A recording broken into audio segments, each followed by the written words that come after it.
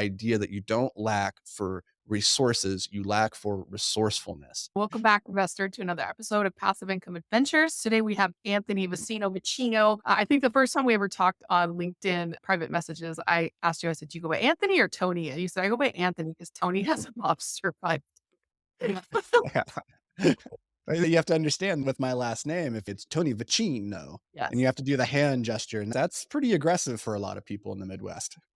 Yeah, I think I had just finished watching McMillions at that point, and I was really into mobster mode. I'm like, man, that's a good name, man. But thanks for That's being on the podcast today. I'm excited to talk to you about your own passive income journey. If you're a first time listener to the show, what we do is basically pull back the curtain on passive income, show how it is a real thing and it is possible, but there are a lot of misunderstandings and myths around it. If you want to go after it, it's really important to understand what it is and what's realistic, keeping the expectations managed so you don't get sucked into scams, bad investments, things like that. So, Anthony, thanks for coming on the show today and sharing your stories. How about we just dive right into it?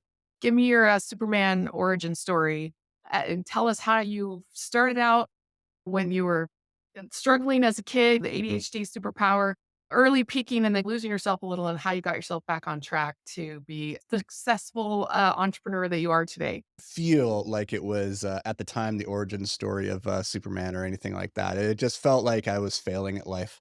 Yeah. I think the important thing for people to know if they're listening and they have no idea who I am is that I have very severe ADHD, and growing up, this was pitched to me as a problem, as a reason why I couldn't sit still, couldn't focus, couldn't face forward, all that stuff, and I internalized that message, and it did not go well. At 28 years old, I didn't have much to show for my life. My fiance out of nowhere calls me up and says, "I don't wanna do this anymore." She kicks me out, and overnight, I realize I have $80,000 of debt, I have nowhere to live, I have about $2,000 saved to my name, and I have no discernible skills to bring to the world, and that was a low place. I wasn't super no kid ever thinks, "When I grow up, I would like to live in the back of the van as a and have tons of debt and have no direction for my life." So, it definitely didn't feel like the start of a superhero story, but I got really lucky in the back of that van because a friend, he came to me and he goes, "Anthony, this is very sad.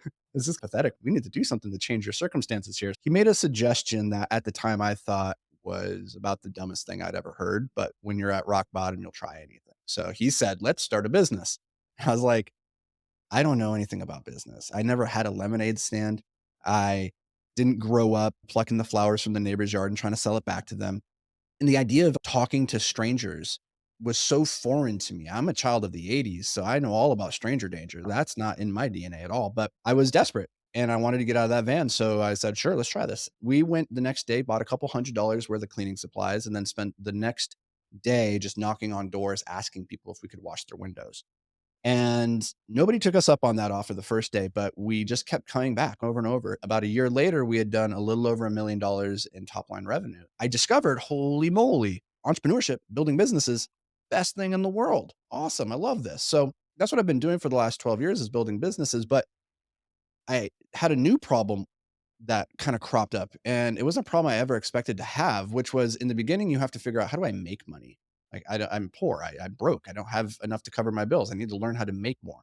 I had solved for that issue, but now I had this new problem, which was how do I manage my money? So Mhm. not enough just to make it now. Now I have to manage it. And so I went to all the people who were further ahead in life than me. I asked them, what do you do with your money? And over, they just kept saying the same thing. They said, invest it into real estate. So that's what I did starting in 2012 is I started buying triplexes and quads with my own money and I would manage them myself. And I just kept doing that until 2019. I had a pretty good little portfolio going. And I had a number of people in my life, friends and family and ex colleagues who had observed this. And they said, I want that. I would like to be invested in real estate, but I don't know what to do. I don't know what I don't know. And that gave birth to Invictus Capital, where we started bringing investors into our deals that over the last 5 years, we've raised about $45 million from private investors, and our portfolio is just around 100 million now that we manage in-house. And so we have a pretty good perspective of the whole life cycle of a real estate deal, ranging from how do you take care of the residents so that they take care of the building, which ultimately takes care of the investment, and then how do we attract and serve investors to the best of our ability. So we're in this weird middle point between operations and investor relations. And so that's what we do these days. So, how did your family handle that situation? You had a friend who came in and said, "This is sad," but how did you get into that situation? I I have the best dad in the world. As soon as I got off that phone call with my fiance and she said, "I don't wanna do this anymore. I need you out of the house by the end of the weekend." Mhm. And I looked at my bank account and I had $2,000 and I was living in the Bay Area of all places. So to rent a closet was going to cost more than that. Yeah. I called my dad and I said, "Dad, I don't know what to do." And he was the one that suggested that I buy a van. He said, "How about you go on Craigslist and you find an old van and you live in that?" He's and because he knew that up to this point I had been a professional rock climber, which sounds really cool. It just means I slept in the dirt and didn't make a lot of money, and I got to climb on rocks. But you've spent the last few years totally fine sleeping in a tent. Living in a van is no different. And he gave me the perspective shift to say, "Oh, yeah, that is a good option, actually." So he actually drove across California. He was living in San Diego, I was living in San Francisco. He drove that night 8 hours so that the next day we could go to a church that was selling a van and I could buy it from them because I had no way of getting there. And so he made that drive. He supported me and he was the one that gave me the idea, but he didn't give me money. He didn't say, "Hey, we'll subsidize this, get this apartment," or anything like that. From a very early age, my dad has always been about the idea that you don't lack for resources, you lack for resourcefulness. And Mm. so he gave me the mindset that I could do this thing and he gave me the tools to make it happen. But he never said, "I'm going to bail you out of this." And that's the best thing that could have ever happened. He let me wallow and live in that circumstance and to understand that to get out of it, it wasn't because I didn't have the money, it was because I didn't have the mindset, the skills, the beliefs yet that I needed to have. And I could only have gotten those from living in the van. And so he didn't just give a boy a fish, he taught the boy how to fish. So it's interesting to hear that's how your dad handled the situation, and because oftentimes severe ADHD can be a disability, and there's that wonderment that, "Is this guy ever really gonna get it figured out?" I feel the same way about Yep. my son, right? And I have ADHD, but I've never really thought about it as severe. I've never been medicated. Mhm. When I was growing up, ADHD, that wasn't a term that we used, right? Like, I was just that kid in school who got in trouble a lot for not turning in her homework, right? So there was no medication for it. I had to learn how to deal with it mechanically, and then when I got older and medication became a thing, my doctor was like, "Man, you've already got all your coping mechanisms in place. Let's not ruin your adrenals by throwing some." And sometimes I feel like that was the best thing for me, and so we opted not to medicate our son either. But at the same time, he can be so disabled from it that you just wonder, is this lesson actually gonna go somewhere? So how did that kick in when you don't have any money? Is it because 'cause you're not working hard? Or did you have to learn how to work hard? Like, where did the grind come from? Where did that ability to go out and just knock doors, getting turned down again and again? How did you get into that place where you're like, "I'm gonna go work really hard all of a sudden?" It's interesting because I always had the ability to work hard. Here's the interesting thing about my dad is my dad had been pushing and encouraging me in the directions that Mhm. would serve me well. He'd been Yeah. doing that since I was a young boy, but it wasn't until I was later in life, 28, 29 years old, that I was ready to receive the messages. Mhm. And it was at that point that the things that I fell back on were the lessons that he had been trying to teach me for years. And so, in a way, when the student is ready, the teacher appears, and the teacher had already implanted those lessons inside of me. I just wasn't ready to hear them yet. And Mhm. so, there is like this gestation period that you just have to have belief that they will get there and figure it out. And my dad, for all the credit I can give him, he gave me that space to keep failing, knowing that was an integral part of my journey. And for a lot of adults, for a lot of parents, they'd be like, "Oh, my kid's 28 years old. He's not really figuring it out. Maybe I should dive in here and get some drastic measures," but he just kept letting me figure it out on my timeline. And it wasn't that I never had the ability to work hard. What the problem was is I wasn't able to work hard on the things that I wasn't interested in. I And was very focused on a competitive chess career. I was very focused on running in college. I'm able to hyper focus. And this is the thing with a lot of people who have ADHD is it's not that we don't have the ability to focus or to work hard. It's that we don't always have the ability to direct it towards the things that would actually move us forward in life. And I didn't have the systems or the structures in my life or even the vision for what I could be in my life that would have given me the direction to point my focus. I had just been more like the sun who's emitting energy in all different directions. But it wasn't until I had this purpose that I wanted to pursue that I could turn it into a laser and actually direct it. And that van was really a forcing function because up to that point, I was able to more or less stumble my way forward and spend as much money as I was making living paycheck to paycheck. And ignoring the fact that I was overdrafting and I was probably in the red and not taking care of my car so that the transmission ground itself to a pulp and I had to leave it on the side of the road one day and just walk away, right? All of these things, I didn't have the ability to focus on the areas of life that are required for being a productive adult. And the turning point then was when I started getting into the business, I started to see how those other areas of my life all came together and could propel me forward towards this greatness that I felt that I had inside of me. So I was able to finally connect my need for discipline with the vision that I was creating for my life. But it Mhm. started by having that vision. For the longest time, I just didn't know where I wanted to go. I didn't have this belief that I could get there. And so I was just ambling forward.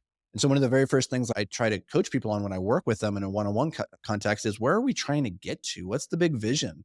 Because that's going to influence how we build the rocket that gets us there. It's going to influence the skills and the resources that we as the pilot need to have to fly that vehicle. But it all starts with knowing where you're trying to get. And at that point, up to 28, 29 years old, I had no idea what I wanted to do with my life. And it wasn't until I was in the van that I started to realize I don't know exactly what I want to do with my life, but I know I'm meant for more than this. Yeah, and it's funny how you say right before this happened last summer, we had just finished hiking the Arizona Trail, so we lived in a tent for Mhm. 3, and so a van was an upgrade. Totally. Yeah. Yeah, he hiked 2 months of it. He did the Grand Canyon, 500 miles of the Arizona Trail, and he got back and he was, like, on fire. He's like, "Oh, I finally beat this. I learned how to work hard and dig Mhm. down and grit," and then he ended up living in his van, and so it's one of those things where it's not a linear type of progression, and one of the Mhm. reasons we're really talking about this on the show is because Gen Zers are podcast listeners. Like, our target audience is the Gen X 45-year-old person, accredited investor who has money to put into a deal, but as I'm looking at my show statistics, they're tied with my Gen Z listeners who are just trying to, Cool. like you said earlier, we're asking people who are ahead of you in life, what would you do? Mhm. So once you've figured out okay, now I know how to make money, manage money, not spend it on stupid things, take care of the things that need taken care of. And then you went and you started asking people ahead of you in life. A lot of Gen Zers will find podcasts like this and listening to YouTube and things like that. But until you're making a decent amount of money, sometimes it's hard to find those people in your life that you can ask those questions to. Just briefly go over, like, how did you find them and how did you get their time and attention to give you basically free advice? Yeah, it's actually quite difficult if you don't yet have the resources to get around those people, because by definition, the people who are operating in higher levels than you, they're probably hanging out with people who are operating on a similar level or higher than them because they're trying to move forward. So they're not looking necessarily to bring people who are further behind them up. And so what you can do is you can buy your way into communities, you can buy your way into mentorships and coaches and things like that. But again, it's a chicken and the egg problem. If you don't have money yet, you're like, I'm trying to figure out how to make money. How do I get around people who would teach me how to do that when I don't have the money? My number one piece of advice for people is just to recognize that you don't actually need to have a one-on-one personal relationship with somebody to learn from them. Some of Mhm. my greatest mentors, I would say the top 5 mentors in my life, the people that I've spent the most time and listened to the most information from that haven't had the biggest impact on my life, I've never met in person. So like Charlie Munger, Naval Ravikant, Marcus Aurelius, Benjamin Franklin, these people who have done incredible things and they've put out so much incredible information and there's so much knowledge that we can acquire from them. I don't know them, but I study everything that they say, everything that they do. And then I put it through the filter of how can I apply this to my life?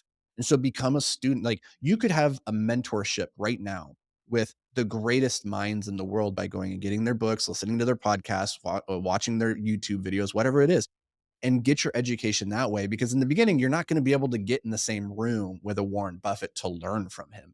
But Mhm. you can find people who are 3, 4 steps ahead of you on the journey who are sharing that journey online and go learn from them. And that can be just as powerful. Now, you're going to have to be able to filter their advice through your unique context. And having them in the room, they could probably help you get there even quicker. But short of that, like, you can't have everything in the world, right? And if you don't have the time, the experience, and the money, you got to figure out how to get one of those and then use that to get the other 2. Yeah, and I find that sometimes people start with trying to find an in-person mentor, they start with wanting to do a paid mentorship, but they haven't exhausted the free content that's Totally. available. Just what you mentioned there, contextualizing the advice, that for me is where I know I need to hire somebody. So I'm listening 100%. for like Alex Hormozy, $100 million lead, and I'm listening to that. I don't really know how this applies to capital raising. Like how 100%. build an offer that people would be stupid to refuse. If you lose money on this investment, I'll pay you back. Is that realistic? Like, how can I actually build that? And I don't know how to apply it. So then maybe I should go hire somebody like Anthony or somebody who is doing capital raising who can help me contextualize these more generalized lessons. And so exhausting the free content is a great idea. And when you're struggling to apply it, maybe then reaching out, finding someone in person or doing a paid mentorship. Do you have a rule like that that you use to know when it's time to seek in some paid guns or to Mhm. help you get that information? Yeah, I mean, it's we don't lack for information, we lack for application. Yeah. Whether that's you executing it or figuring out how to personalize the information to your context. And so the step 1 is you need to go and acquire the information because that's already out there for free. All Everything that I'm going to tell you in a one-on-one context is all Yep. I've already put it out there for free. You can get that information whether it's coming from me or from Alex or from Naval, whoever. Like you get that information. The problem then is, okay, now how do I apply this to my context? And I can tell really quickly when I'm talking to a prospective student of have you actually acquired the information or are you hoping that I will tell you both what to do and how to do it? I can't, I'm not going to bridge the gap Mhm. of your knowledge by educating you in the moment when if you haven't taken the step to go do that already. For myself, I know it's time to go and get coaching when I already know everything that they're going to say, but now I need them to apply that to my perspective. So if I Mhm. can recite back everything Alex is going to say just as well as he can, now I'm like, cool, I know what you're going to say, but how are you going to say it in this context? That's Okay. when it's time to get that coach for me. Yeah, it's such good information because especially in real estate investing, we are inundated with coaching opportunities. And it used to be very overwhelming to me because you see a great marketing piece and you're like, oh, I should sign up for that program. Or oh, this suddenly I'll be the best asset manager in the world or the best capital raiser in the world. And I'd be like, I could just be throwing money at all of these kinds of things. But what I learned over time of just calming down, and not purchasing everything. I'm at heart like a super cheapskate, so it's actually not hard for me to buy things. Yeah. It's hard for me to make myself buy something. I started seeing the same 5, 6, 7, 8 guys going around, and I thought, okay, I could buy all 6 or 7 of these programs over the course of say 6 or 7 years and go through them all. And it's actually not that much money when I looked at it No. as my total marketing budget. So, do you have some guiding principles like that when you're thinking, okay, when I need to get out there and get this done, how to not just buy the shiny thing that moves that's right in front of you at the time? When it comes to personal education, I have no budget. I will spend as much money if there's a skill or something that I think can accelerate. I will spend however much money it takes to compress my time and save my time. But this is hard because, like back in the day, I was also cheap in the sense that I was like, oh, maybe I can figure this out on my own. Then I started to realize the time it was taking me to learn it and to apply it to my context.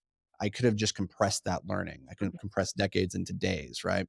And that's where I'm at now, but that's obviously not for everybody. But I would say if you're listening to this and you never invested into a coach or into a program, the most impactful decision I ever made was investing a lot of money into a coach. The reason wasn't because of the coach.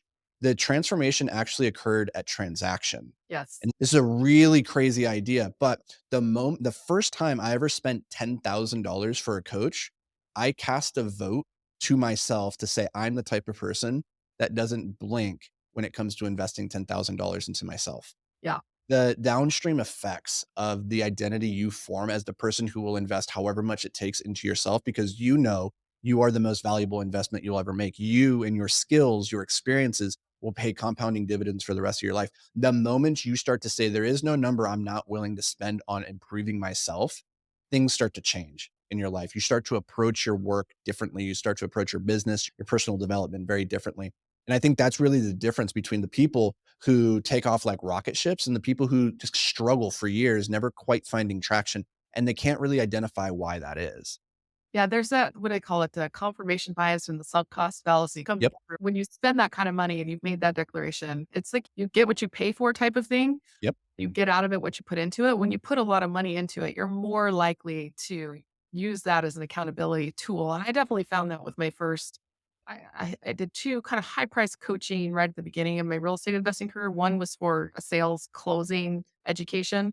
because I can talk all day and product development on people, but actually saying, so all right, when are you going to invest? That's very difficult for me. Is that Yep. final closing call to action? And so that was money that I spent that was very motivating to show up to the meetings, to do things like, I'm just going to do whatever she tells me.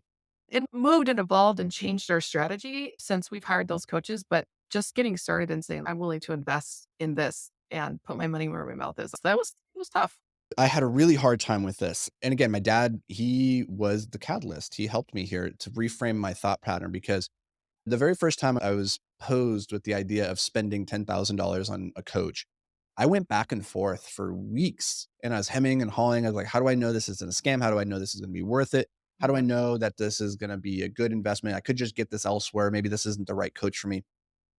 And as I was sitting down with my dad and I asked him about it, and I expected him to tell me because he's an engineer and very risk averse and very, I thought he was going to say, you can learn all this stuff on your own, go do this other stuff. Like it's not worth the investment. And I went to him hoping that, thinking subconsciously, not Daughter. even realizing I wouldn't have articulated it like this at the time, but I can say in hindsight, I went to him expecting him to tell me not to do it. And I Mhm. was going to use that as the justification to not do it.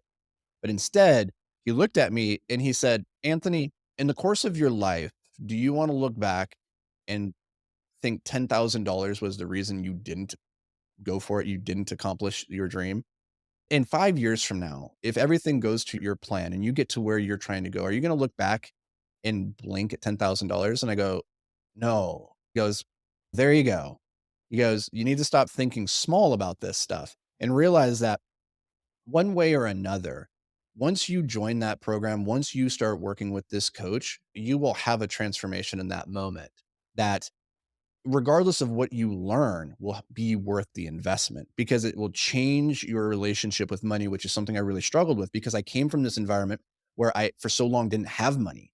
It Mhm. was such a source of anxiety for me that as I started to make more, I started to struggle to break those patterns, those limiting beliefs around money and how I spent it and what I spent it on. And that was starting to really limit me. And it's a really tough transition. And if you're young, you're listening to this, if you're coming out of college and you're like, I don't have a lot of money yet, like to invest in these things, it's all about changing your relationship with the money that you have and thinking, how am I spending this to, am I investing it into myself or am I just spending it on expenses like Mhm. drinking and that fancy apartment and the nice car? Because I did all that stuff. That's why I was $80,000 in debt. It's because I was buying the wrong things and I was focused on the external appearances of what I was purchasing rather than the investments that I was making that nobody could see, right? The $10,000 investment into myself, into coaching, nobody could see that. Mhm. But it was the internal transformation that was occurring that ultimately enabled me to acquire the skills that fundamentally changed my life. Yeah, that's like your chess analogy that you were talking about earlier. You're a kid, you're playing chess. You probably didn't have a chess coach back there in your early career, but then you proved to yourself that you could do it. You could start to implement it, take some action, and then maybe later on you're like, okay, if I really want to hone this and hyper focus on this, Mhm. I do need some help. And it's like it's a Yeah, tricky question of where to spend the money, but at the same time, it's if you don't show yourself that you can take some action, because some people out there they're like self-improvement addicts, right? They buy every totally. product and they never Totally. do things. You just gotta have to look at yourself and be like, am I using this to hone my craft to the next level? Or am I using this as the massage to feel like I'm doing something when I'm not really doing anything? Totally. The analogy I use here is, are you collecting dots or are you connecting dots? A lot Mhm. of people like to go and get into programs because they collect the dots and they feel Sure. like they're doing the thing. But it's not until you connect the dots and you do something with it. Like you have to both collect it and connect it in order for things to change. And if you're not doing the connecting part and you're just spending money on the courses and the coaches and you're not making progress, here's a good example. If you're spending money right now on coaching and courses and whatnot, and you're not making progress, I don't care who the coach or what the course is. And I've never not gotten a positive ROI from a course or from a coach because I go into it knowing I'm going to find the nugget and I'm going to apply the nugget. So if you are learning things right now, but you're not making progress, it's because you're not connecting the dots you're being given. Yeah. Oh, so good. So good because I'm at the point of coaching where I feel like I'm starting to get diminishing returns. And I'm like, oh, I want to sign up for this program or that program. And Mhm. people who are friends of mine who are already in it will be like, you're not really going to learn anything new there based on what I see you already doing. So I'm Mhm. getting to a point now where I'm having to hire coaches for highly specific things that I'm Totally. working on because the general stuff, it's just diminishing returns, like I Yeah, said. and the way I think about this is in every different area of your life, you have to ask yourself, am I an amateur or am I a professional? Do I want to be an amateur father or do I want to be a professional father? Do I want to be an amateur partner to my wife, my husband? Do I want to be a professional partner? Do I want to be an amateur business owner or do I want to be a professional? In all aspects, ask yourself, do I want to be an amateur or a professional? Because the professional has coaches. They are investing and they're getting very specific about it. Like, for example, if you wanted to be a better partner to your husband or to your wife, you could go hire a coach to help you specifically with how to communicate Mhm. to your partner or how to speak their love language, right? So you get very specific about what is the skill that you're trying to acquire to bridge that gap to become a professional. Because Olympics are going on right now.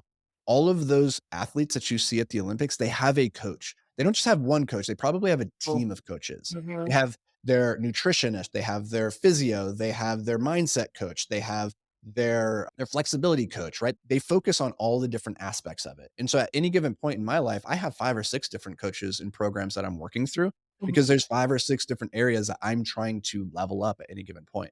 Yeah. Oh, yeah. And when we invested in a sports team, a professional sports team, and getting an inside look at the way they run their program has been fascinating because they don't just have the head coach is called the head coach for a reason because they got the forwards coach, they got the backs coach, they got the nutritionist. And watching how these elite athletes are being trained has really opened my eyes to say, okay, when I was a beginner, I was just learning by myself on YouTube. And Yep. then I hired my first teacher, my first coach, paid for a coaching call, and then as you get more and more specialists on your team. So that's probably a good pattern to look at with. But I think we just get shiny object syndrome when we think this is going to be like the magic bullet. Because if you're going to spend 10 grand or 50 grand or whatever, Yeah. this better be the one thing that solves all my problems. And it's not. It's going to be one piece that hopefully you can get that 10 grand of ROI back after you pay for it. So looking at it from that perspective really helps. And your The backstory and really the reset. Yeah, and the other thing I wanna point out here, because this is another thing that I struggled with, is that, like, the quality whether an investment is good or bad is simply dependent on the timeline in which you measure it. Yeah. So, if you invest $50,000 into that real estate deal, and 1 year from now, it is negative cash flow, and you actually have to put more money in, is that a good or bad investment? Right now, maybe not a great investment. But if you wait 10 years and you sell the building and it makes you $10 million more than what you paid for it, is it a good investment then? Yeah. So it just depends on when you measure the quality of the investment. In the same way, when you invest $10,000 into a coach, you might not get the ROI this month or this year, but maybe in 5 years from now, the lessons that you learned back then are suddenly gonna come into effect. And that's the way that I like to look at that, is as long as I'm acquiring the information and applying it diligently, it's not that it was a bad investment, it's just that it hasn't paid dividends yet. Yeah. And I have that experience. I signed up for kind of an expensive program on creative financing. Mhm. And I did a deal and I earned equity in that deal that paid for that coaching. But that's equity. You can't spend equity. You can't take Yep, equity to the bank. But a few years later, I was actually able to buy my second apartment building on creative financing because it was a mom and pop type of thing. And they were open to that. The bigger ones, they don't do creative financing, but those smaller ones, yeah. And I realized like the money I made just off that deal of a year of owning that deal tripled my investment of what I paid for that creative finance course. But at the beginning, I'm like, oh, I'm not actually doing this. I wasted my money. I was able to reapply the knowledge into a different direction and be a little bit creative with how I applied it and definitely became worth it a few years later. totally. Within entrepreneurship and within investing, the framework I like to think about is we can use the example of hiring. A lot of entrepreneurs struggle to know when should I start hiring people, Mm, and the reason for that is because they can associate a dollar cost to that person. Okay, if I'm going to hire this person, it's going to cost me $60,000 a year. Oh, I don't have $60,000. Therefore, they look on the spreadsheet and they say the cost of hiring is too high.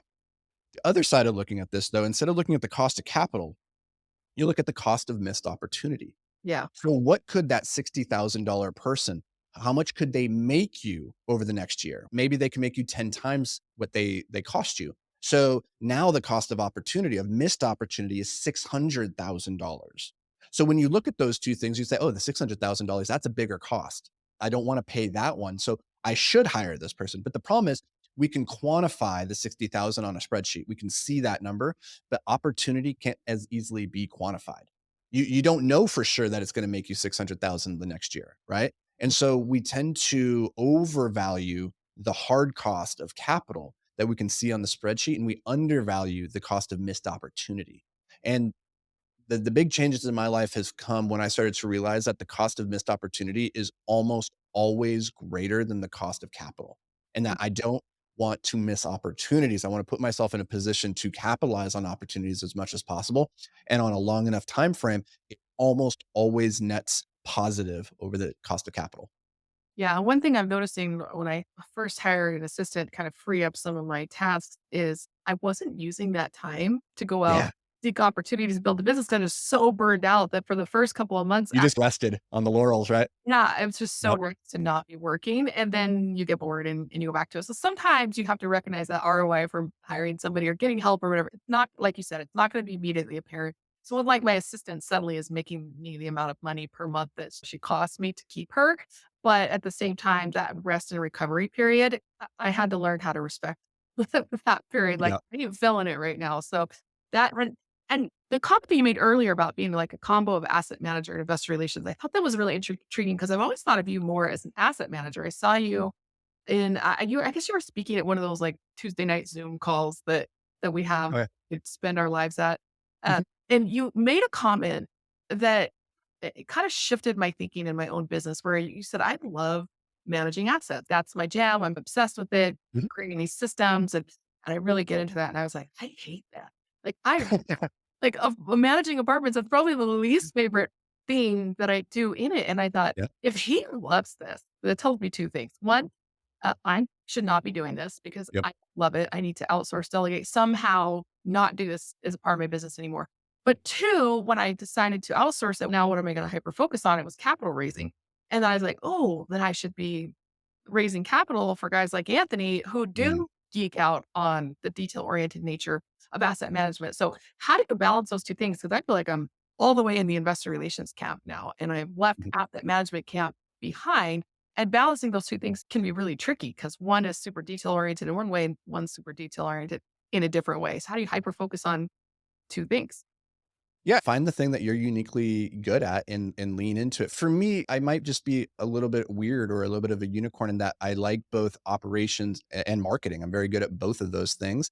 And so it's easy for me to think in systems and operationalize both of those.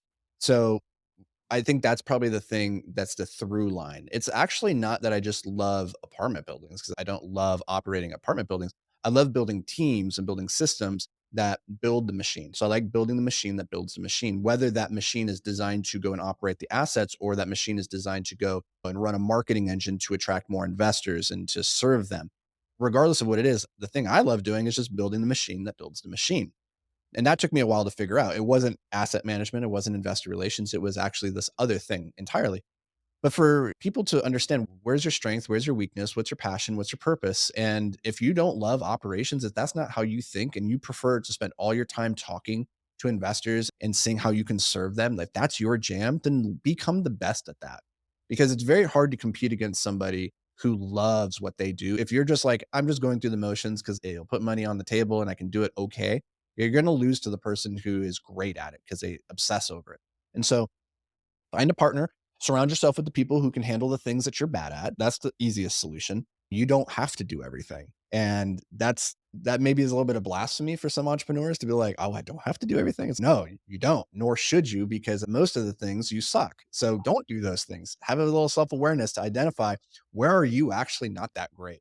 Yeah. And that can be really humbling, right? Because we as entrepreneurs maybe like to think that we're better at all the things than anybody on the team could possibly be until you hire that one rock star who comes in and they show you things that you've never even thought of before, and you realize, oh, I wasn't very good at this. Oh, man, that humbling moment where they're teaching you, Yep. even though they work for you. Like, that's when you know you got the right person there. But you mentioned something that I don't if th maybe this is an ADHD thing, where you are working backwards, like, you can't hyper focus on 2 things, but you can hyper focus on a higher category. So like you Yeah. said, building systems is here, and you can build a system for these different things. Is that typical in the people that you see and that ability to go up, categorize, or put an umbrella over all of these little things and get that if I can take care of this one big thing, all these little things fall into place? Totally. Yeah. As you move through the levels of entrepreneurship, you have to start at the tactical level. Yeah. And because you're the one that's boots on the ground, you don't have the resources yet to hire somebody. So Yeah. you don't have the capital to hire them. And so you're wearing all the hats, you're doing everything, you're very tactical. And then every stage of the game, as you become more successful, you remove yourself by one degree and you go higher up the hierarchy. So now you get a bigger, higher perspective. And that only gets higher and higher. You don't actually hit a ceiling. At least I've yet to find a ceiling, and the people that I talk to who are way further ahead of me, they are still doing the same things where Your job as the founder, if you're doing it right, is just to keep removing yourself by one level to see the game from one story higher than, than what you were seeing before, and then figuring out what is the constraint within the business. And you can only see the constraint from inside the business when you're at the absolute highest level and you can see the whole machine. And that's the master skill, but you really can't focus on it in the beginning because your nose is so close to the ground, you can only see what's directly in front of you because you're just having to get this product in front of a customer, make the sale, deliver it, and like you're doing everything. But as you start to play the game, you start to ask yourself, okay, what is the highest leverage use of my time? And usually that's getting 1 degree removed from the rest of the operation to identify what is the constraint. And if we remove that constraint, it would free up flow across the whole business. Yeah. Oh, this is gonna sound really stupid, but we used to have a little homestead, little farm, and when we were gonna get pigs, you only need one wire to keep the pig in because you put it right at their little nose level. Like you Yep. can look up and see. I could literally step over this wire. And that lesson to me has been so valuable in my entrepreneurship. We didn't end up getting the pigs, but looking into it and being like, how much am I acting like that little pig with my nose in the ground and not seeing there's only one wire holding me in here that I can Mhm. escape from it, and just asking where are my blind spots. And I have a hard time switching back and forth between the higher level stuff, like what you're talking to, when I have to go be very detail oriented and task oriented. Yep. I can be very task oriented, like especially early in my career where I was a specialist in this little thing. But now going back and forth is really challenging. So where are you still a tactician in your own business? And are you working on getting yourself out of all tactical roles? Or are there certain things that you really get it and you really like doing it? And you have to force yourself to stop. Like, how does that work? That swap back and forth. Yeah, I try to compartmentalize as much as possible. So I structure my days and my weeks so that I'm leaning into one side of my brain or the other side, Mhm. whether that's into my creative making side or into my administrative managing side or my systems processes side, because it's very difficult to task switch in the Yeah. moment between using my creative tactical side or my strategic vision side. At this point in my work in my journey, the tactics that I still maintain are the things that I love doing. This podcast. This is very tactical, right? Right now, I'm not thinking strategically. I'm not able to pull myself one higher rung up the ladder and to say, okay, what are we doing to build a machine that builds a machine? Right now, I'm the one that's on the call, having this conversation, trying to add value. So Mhm. this is an example of a tactical thing, or creating a YouTube video. I like to be part of the content creation because that's the part that I find the most fulfilling. And I enjoy having built machines that can do the things that I don't enjoy as much so that I can focus over here on these tactics. Some people would say that's not the highest and best use of your time, right? Like from an ROI perspective, maybe you could have other people doing that stuff for the business. But at the end of the day, like I don't care. I love it. It makes me happy. And at the point of building a business is so that you can maximize your return on life in whatever way that means for you. Yeah. And for me, that means having more time to spend creating. So that's how I think about it now. And I do all my creating in the morning and then all my administrative, more big boy running businesses stuff in the afternoons. Right. How do you spend most of your time now? You're talking about compartmentalizing, putting the creative stuff work first when you first wake up. I had to start doing where when I woke up in bed, my laptop and a change of clothes was literally Nice. my bed because I would wake up in the morning if I wasn't focused and I would just immediately go for the laptop, but I wasn't dressed. And so I'd Wow. get up and go. It was either I have my workout clothes right next to me or I'd showered the night before and I have my clothes next to me so that I could literally get up and get dressed, Just run. shredded, and get Right. off the laptop and start writing my book. And I feel like that was a huge game changer to me where I was just able to say, I need to be creative first thing in the morning. Mhm. There's nothing else to do when I wake up naturally and nobody's bothering me. And get some mechanical coping techniques in there, which is like what I said, without medication, you have to come up with these Totally. mechanical things. So when you're looking at your day and your time management right now, what business is taking up the most of your time and what activities are taking up most of your time? Is it just the new thing that needs the babysitting or just describe that to me? Yeah. So the way I like to build businesses is to focus on building the machine so that it can operate autonomously without me. Mhm, So right now I have 3 businesses that I'm actively involved with, but active mhm, is it's a question of degrees. So okay, the first one is Escape Climate, a manufacturing company. In 2020, I pulled out of day-to-day operations and now I just do a 1-hour meeting every week with my partners. So 1 hour, that's how I manage that company because I have people in place who are operating it. And I get daily reports so I can see where things are. I can swoop in and help if need be. But for the most part, what you will learn as an entrepreneur, if you've built the machine successfully and you've hired rock stars to do the work, is you're not as important to the machine as you think you are. And so sometimes the best thing you can do is just get out of the way. And Yeah. so I'm completely out of the way, short of 1 hour a week on that one. At Invictus, again, I have Mondays and Fridays are my big meeting days where I sit down and I have my leadership meetings, all my one on ones with my direct reports.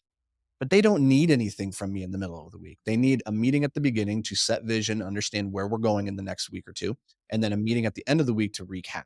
And that's about it. And so that's leadership through the meetings. On a week by week basis, though, within the business of Invictus, of managing assets, of leasing or maintenance or talking to investors. I don't do any of that stuff anymore. We have teams in place for that. So I manage just through bookending my week through the meetings. And Mhm. then what I'm focused on right now is Beyond the Apex. That's our educational community for entrepreneurs who are trying to scale from 6 to 7 figures to 8 figures and beyond. And so right now, that is all about building the systems, building the team and the processes. And I'm very involved in that on a day by day basis so that I'm a big firm believer that you have to first build the system and understand how the system works before you can outsource it and expect others to run it for you. Yeah. And so I'm very involved in, okay, how do we deliver this product? How do we onboard? How do we market? How do we generate leads and how do we convert those leads? So every part of this process, right? And this is the part that I find the most exciting in building a business is building like that first layer of systems that the whole machine is going to be built upon.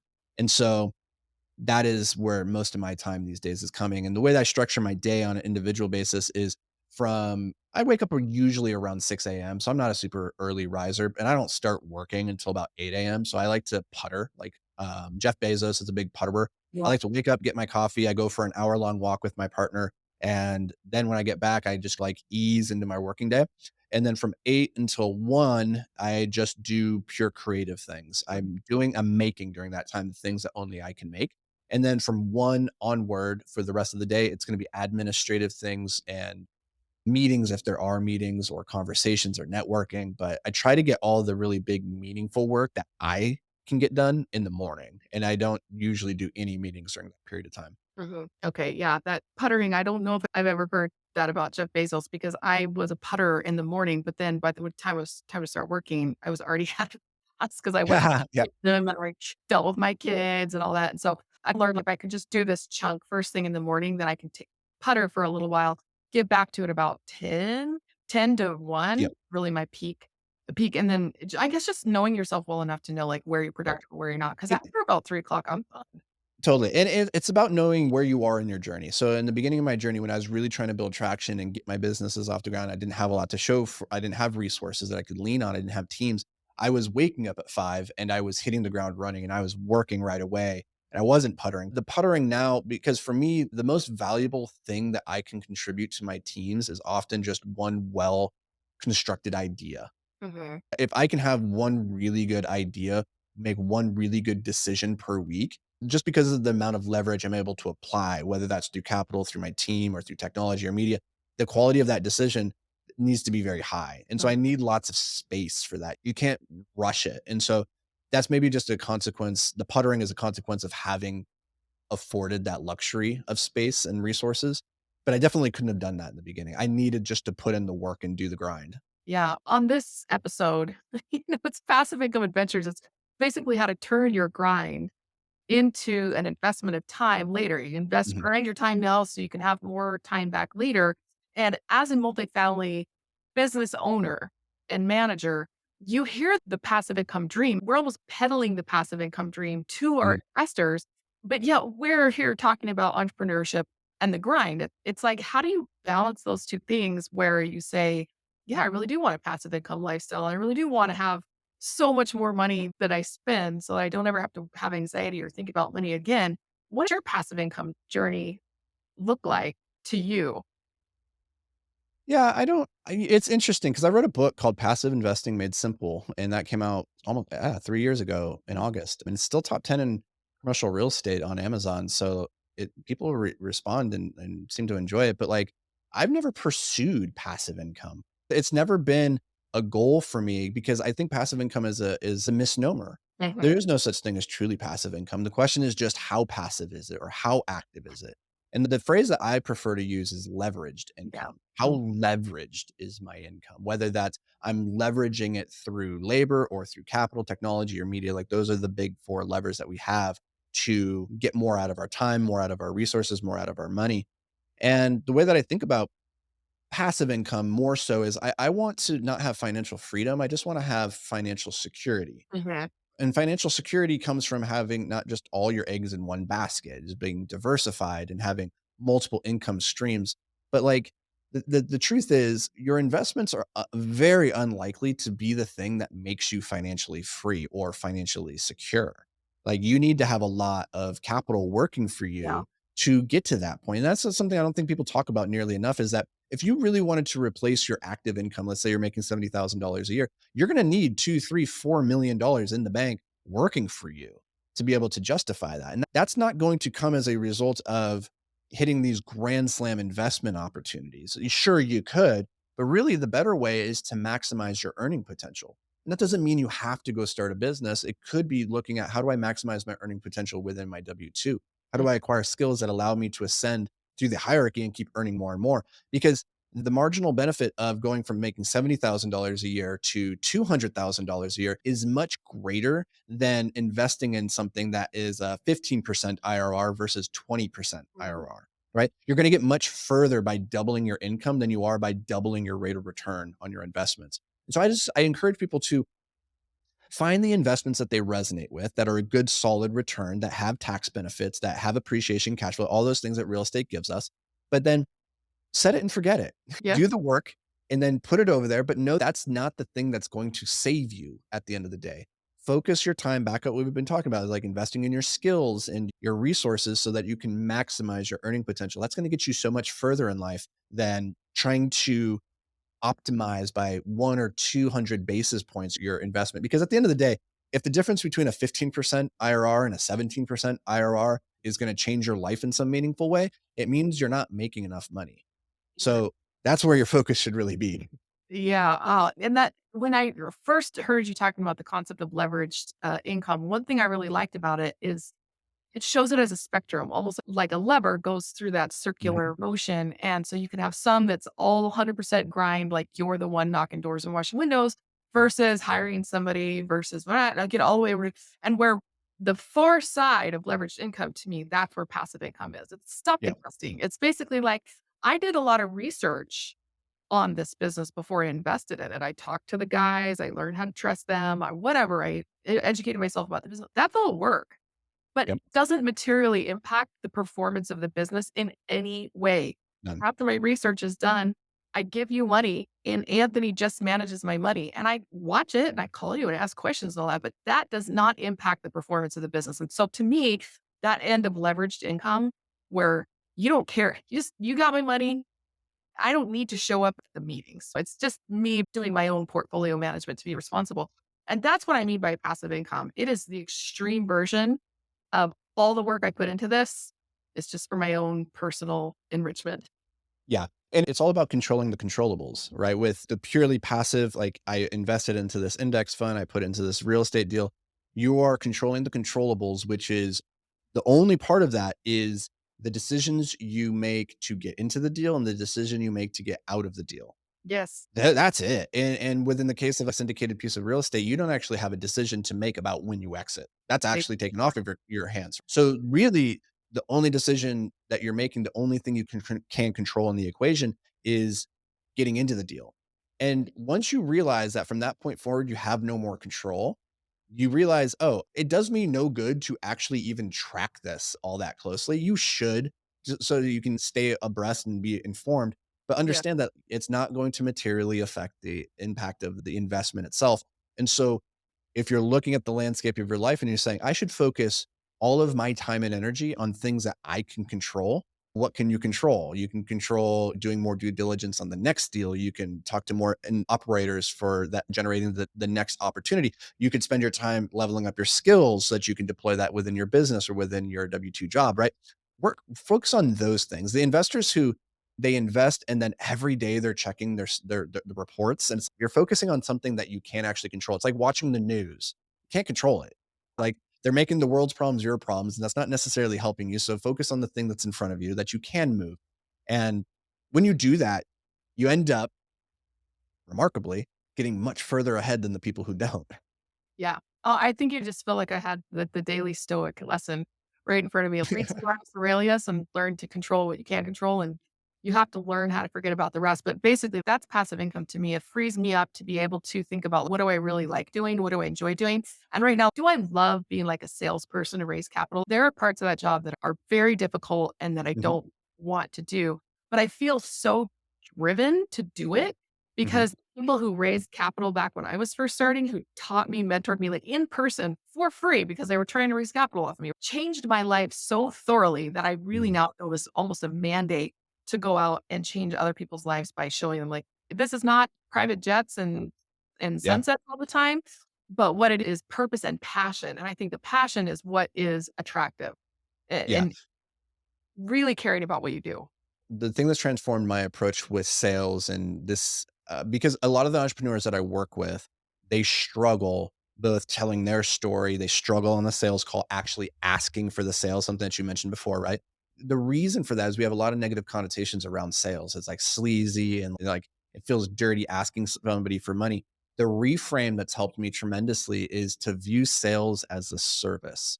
Mhm. Sales is the ultimate form of service because if you truly have a product or service that can help somebody, you can solve a problem that they have, then you have a moral obligation to tell them about it. For instance, if you had the cure to cancer and you didn't do everything in your power to tell every single person in your life who has cancer, that makes you a selfish person. That makes you putting your own discomfort about talking to people more important than the fact that their life could be positively benefited by this thing that you have. Now, that's an extreme example because nobody listening to that is a sociopath. They're not going to take the cure of cancer and sit on it. They're like, oh yeah, if I had that, I would tell everybody. It's the same with your product or service, your investment opportunity. If you truly believe that it can help people, which you should, like you shouldn't sell things that you don't believe in. But if you do believe in it, then you have a moral obligation to tell everybody about it because it can make Yeah. their life better. And when you approach it from that perspective, it's not sleazy, it's not uncomfortable. Now you're just saying, I'm trying to serve you. I know this can help you, and I'm going to ask for the sale and I'm going to keep following up because I know this can make your life better. In 15 years from now, if you do this, you will look back and you will thank me. And I'm willing to do what's necessary right now to help you get the confidence and the belief to take that step forward because you might not see it yet, but I can see it for you. And I want this more than anything.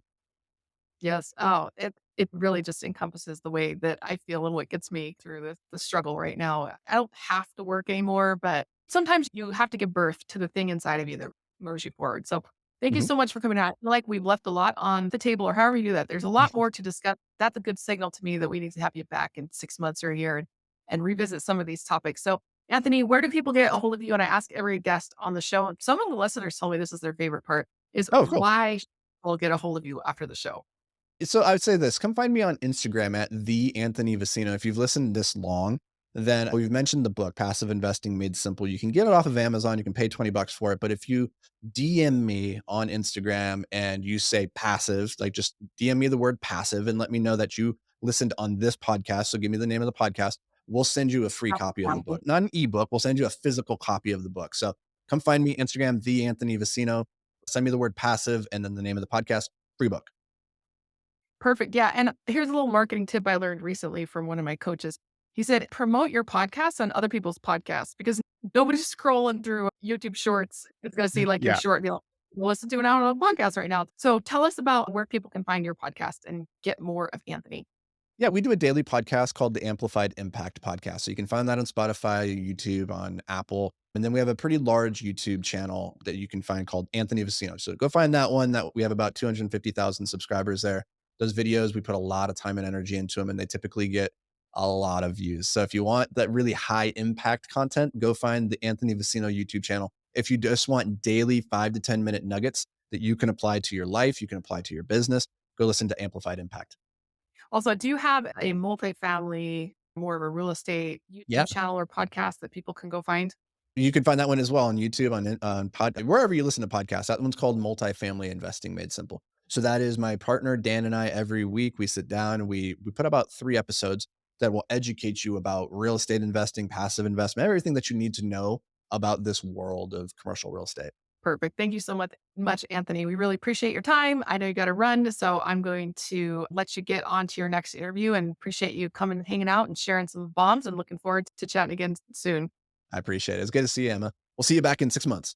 Be sure to check out Anthony at his podcast and his YouTube channel. I personally have gotten a lot of value out of it over the years as I've been getting to know him through his content and speaking better. Real pleasure to talk to him today.